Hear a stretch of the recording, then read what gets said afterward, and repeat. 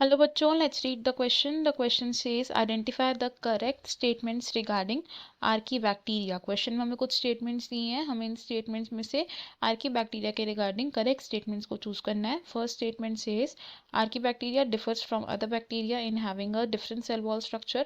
Second statement, their cell wall is made up of cellulose and contains high amount of unsaturated fatty acid which is responsible for their survival in extreme conditions. Third statement, thermoacidophiles have dual ability to tolerate high temperature as well as high acidity. First statement में कहा गया है कि Archie bacteria other bacteria से different होता है because Archie bacteria के पास एक डिफरेंट सेल वॉल स्ट्रक्चर होता है.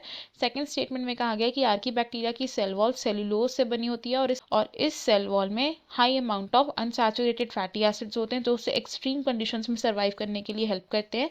थर्ड स्टेटमेंट में कहा गया है कि जो थर्मोएसिडोफाइल्स होते हैं उनके पास डुअल रोल होता है कि वो हाई टेम्परेचर को भी टॉलरेट कर सकते हैं और हाई एसिडिटी को भी टॉलरेट कर सकते हैं. इस क्वेश्चन को सॉल्व करने के लिए सबसे पहले समझते हैं की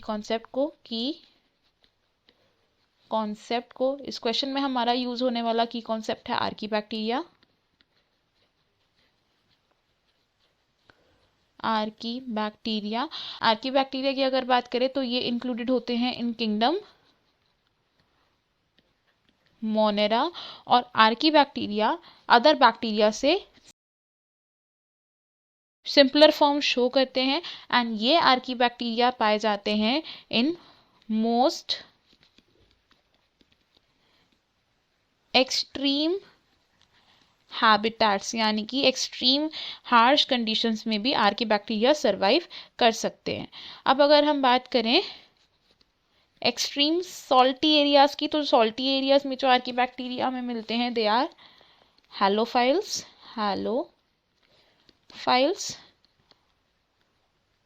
मार्शी एरियाज में प्रेजेंट होते हैं मिथेनोजेंस.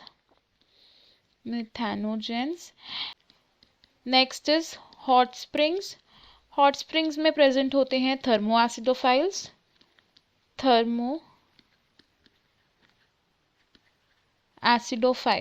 अब अगर हम बात करें अपनी फर्स्ट स्टेटमेंट की तो फर्स्ट स्टेटमेंट क्या थी? It was regarding the difference between archaebacteria and other bacteria. तो आर्कीबैक्टीरिया जो होता है वो दूसरे बैक्टीरिया से डिफरेंट होता है बिकॉज आर्कीबैक्टीरिया का जो सेल वॉल कॉम्पोजिशन और स्ट्रक्चर होता है ये होता है different than the other bacteria. अब ये जो आर्कीबैक्टीरिया होते हैं इनके सेल वॉल कंपोज्ड होते हैं by glycoconjugates and various polysaccharides and mainly जो आर्कीबैक्टीरिया होते हैं इनमें पेप्टिडोग्लाइकन एब्सेंट होता है जो कि बाकी बैक्टीरिया में प्रेजेंट होता है. लेकिन एक एक्सेप्शन है कि जो मिथेनोजेंस होते हैं इनमें सूडो पेप्टिडोग्लाइकन प्रेजेंट होता है. They have pseudo peptidoglycan. Next statement की अगर हम बात करें तो second statement is regarding the cell wall structure of archaebacteria. तो सेल्यूलोज की अगर बात करें तो सेल्यूलोज प्रेजेंट नहीं होता in the cell wall of archaebacteria. Cellulose present होता है in the cell wall of plants only. तो सेकंड स्टेटमेंट हमारी रॉन्ग हो जाएगी. थर्ड स्टेटमेंट की अगर हम बात करें तो इट इज अबाउट थर्मोएसिडोफाइल्स.